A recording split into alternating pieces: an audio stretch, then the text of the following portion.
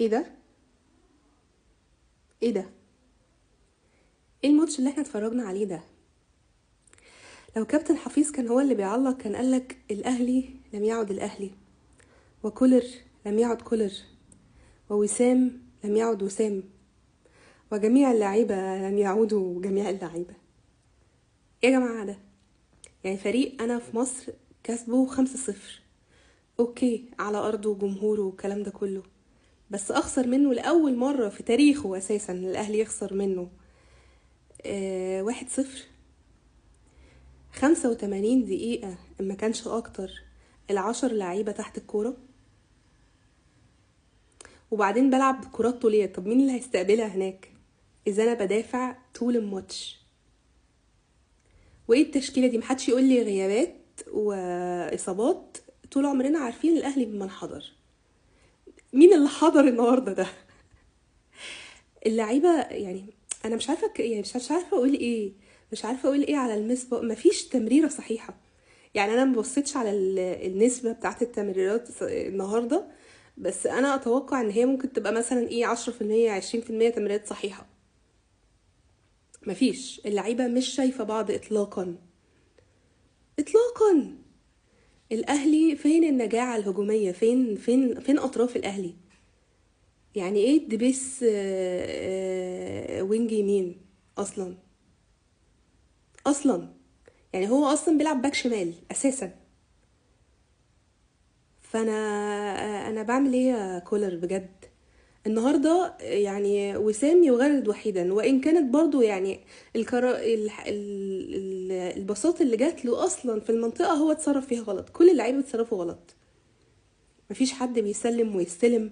الكور التانية دايما للفريق التاني، مس باصات، تشتيت، كور طولية وانا اصلا بدافع. طب يعني في ايه؟ مفيش تحولات، مفيش جمل. يعني انا عايز اعرف ايه التمرين اللي بيعملوه الفريق، بيعملوا فيه ايه بالظبط؟ يعني هما لما بيروحوا النادي، صباح الخير يا عم حارس، صباح الخير يا معرفش مين، بيتمرنوا على ايه بالظبط؟ ايه الخطة؟ فين محللين الاداء؟ فين دراسة الفريق؟ يعني الفريق مستحوذ. طب انا عملت ايه؟ يعني انا دخلت الشوط الاول لقيت الفريق مستحوذ على الكورة وانا مش عارفة اطلع، انزل بخطة تانية الشوط التاني.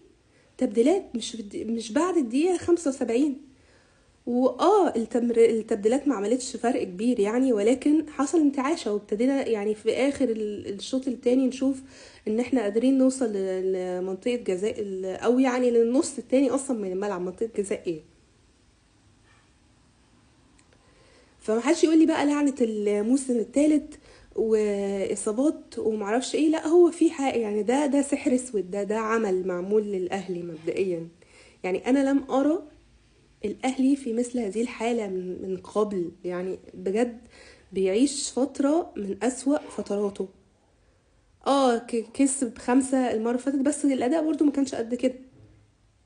ماتشات الدوري بتعادل بشق الانفس. ايه؟ هل ده هيبقى الوضع يعني؟ وبلاش نعول على الصفقات. لا، هو في حاجة غلط. يعني مش حاجة غلط، اكتر من حاجة غلط بتحصل. الناس محتاجة كده الادارة تحط ايدها عليها، لان بجد الموضوع محبط جدا محبط جدا وبلا اسباب حقيقية. يعني عادي، ما نفسه هو كولر كان بيبقى عنده اصابات ومشاكل، وبيعمل تدوير في الفرقة وبيكتشف ناس ويحطها في بوزيشنز مختلفة وهكذا، ولكن اداء في منتهى السوء. حتى الهدف اللي دخل فينا هدف سيء. يعني هي فلتت من شناوي، يسأل عنها اكيد الشناوي، ولكن كوكا كان اقرب للاعب شباب بالوزداد منه. يعني كان ممكن يخرجها. وبالمناسبة اصلا لعبه زي الزفت. يعني انا عايزه اعرف ليه ولا لاعب في الاهلي في حالته؟ ليه؟ يعني ده السؤال محتاجين اجابه عليه. انا دفعت النهارده واستبسلت، بس ليه؟ ما انا الاهلي. كسرت سلسله اللا هزيمه في دوري الابطال. فكل دي اجابات بلا اسئله يعني، فمحتاجين كجمهور بجد بجد والله. يعني احنا مفيش حد بيفرحنا غير الاهلي، واحنا بتنكد علينا جامد. فشوفوا لكم حل. وشكرا.